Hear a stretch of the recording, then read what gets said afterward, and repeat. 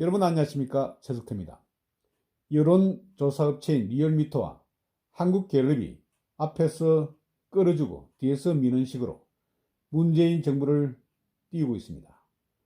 리얼미터는 얼마 전 문재인 지지율을 52.9%라고 발표한 바 있습니다. 이어서 한국갤럽은 이보다 더 높은 56%라고 발표했습니다. 이런 여론조사 결과 여러분은 어떻게 생각하십니까? 정말 우리 국민들을 호구로 보는 것이 아닐까요? 한번 봅시다. 문재인은 지난 2017년 대선 때 41%의 지지로 당선됐습니다. 당시 투표율은 77%, 그러면 국민 전체의 지지율이 32%에 이른다는 산술적인 계산 결과가 나옵니다.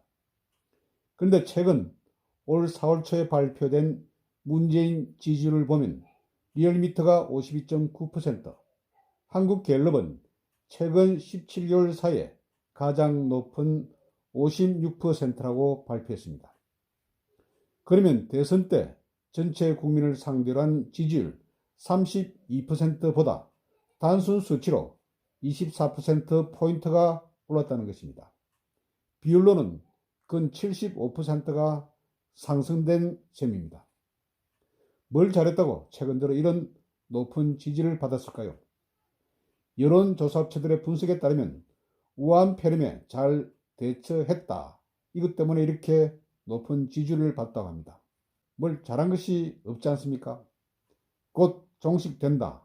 계획된 행사 그대로 열어라. 등등 발언과 함께 마스크 대란 등 온갖 미흡한 대책을 펼쳤지만 세계 최고 수준의 우리 의료진의 헌신과 봉사로 그나마 이 정도에 이르고 있는 상황이 아닙니까?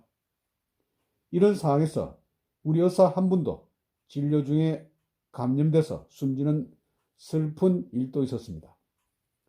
좀 미안해하는 것이 맞지 않을까요?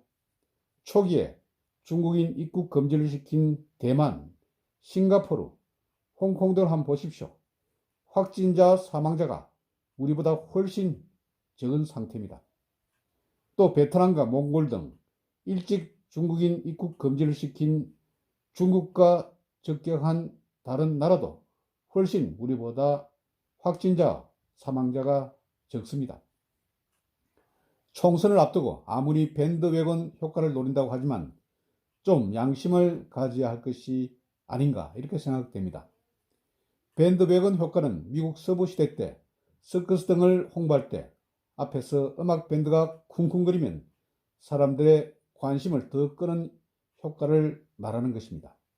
선거 기간 중에 어떤 정당과 인사 등에 대한 지지율이 높다고 하면 일반 유권자들이 그대로 따라가는 심리적 효과에 따라서 높은 지지율을 얻을 수가 있습니다. 제안컨대 이후 정권이 바뀌면 친여 여론조사업체에 대한 철저한 조사가 이어져야 한다고 저는 강조합니다. 여러분 경청해 주셔서 대단히 고맙습니다.